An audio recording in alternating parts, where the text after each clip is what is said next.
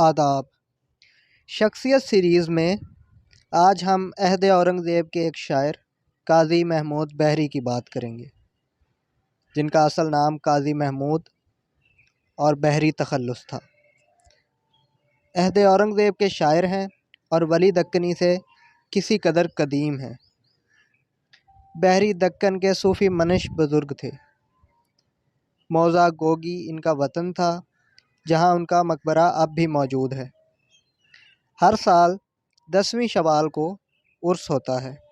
کچھ عرصہ بیجاپور میں ان کا قیام رہا۔ سکندر عادل شاہ بیجاپور ان کے حلقہ ارادت میں شامل تھے۔ بیجاپور کی سلطنت کے زوال کے بعد وہ حیدرآباد دکن چلے گئے۔ حیدرآباد کے سفر میں ڈاکوؤں نے ان پر حملہ کیا اور دوسرے سامان کے ساتھ ان کا کلام بھی اسی حادثے کی نظر ہو گیا۔ کچھ عرصے کے بعد بحری حیدرآباد سے اپنے وطن گوگی واپس آئے اور وہیں تقریباً 90 سال کی عمر میں انتقال کر گئے۔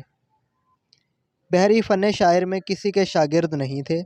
صوفی بزرگ ہونے کی وجہ سے ان کی شاعری میں صوفیانہ اصطلاحات ملتی ہیں۔